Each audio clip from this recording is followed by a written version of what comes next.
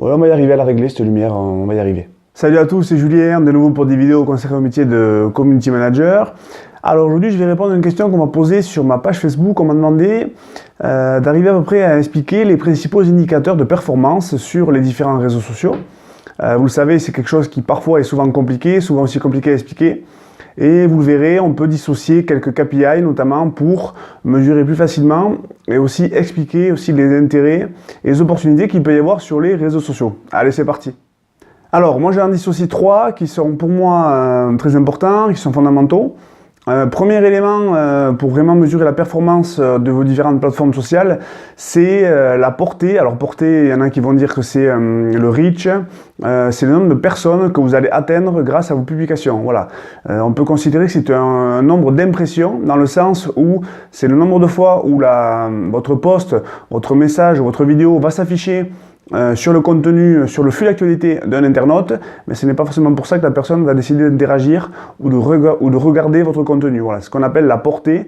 Déjà, c'est un premier indicateur, donc faites en sorte de l'avoir le plus haut possible, et c'est un premier indicateur de performance sur vos différents réseaux sociaux.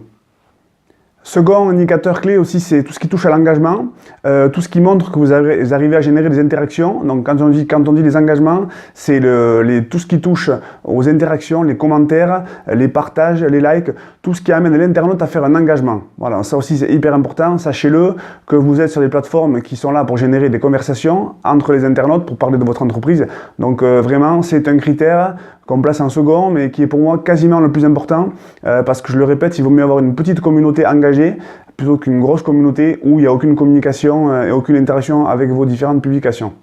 Et bien sûr, ça peut être, si vous faites des vidéos, ça peut être aussi, les vues peuvent être considérées comme un engagement, parce qu'à partir du moment où la personne reste sur votre vidéo, ça veut dire aussi qu'elle s'engage par rapport à votre contenu. Troisième indicateur qui fait aussi partie des engagements, mais qu'on a la possibilité de mesurer de façon un peu plus efficace, c'est le nombre de clics. Si vous mettez un lien externe pour faire un taux de rebond vers un site internet ou vers une offre, par exemple commerciale, vous avez la possibilité de savoir le nombre de clics, voilà, et après vous avez la possibilité via un autre outil externe qui s'appelle Bitly, que je vous invite à utiliser, que je mettrai le lien dans la description, qui permet de générer un réducteur de liens sur un lien externe que vous voulez mettre en avant et de vous dire combien de fois ce lien en question qui redirige vers tel ou tel document a été cliqué par l'internaute. Donc Bitly, je vous conseille de l'utiliser. Il est gratuit en plus, donc c'est quand même pas mal. Et après, bien sûr, il y a un autre point, c'est la possibilité de combiner, quand vous faites du trafic, notamment vers un site internet ou une plateforme externe, d'arriver à combiner les réseaux sociaux avec la partie notamment Google Analytics. Vous savez, si vous utilisez cet outil, vous pouvez savoir d'où viennent vos internautes, et donc il y a la partie sociale qui entre dans le graphe de Google Analytics, et c'est aussi un bon moyen de mesurer la pertinence ou pas des réseaux sociaux pour amener notamment sur un trafic sur une plateforme externe.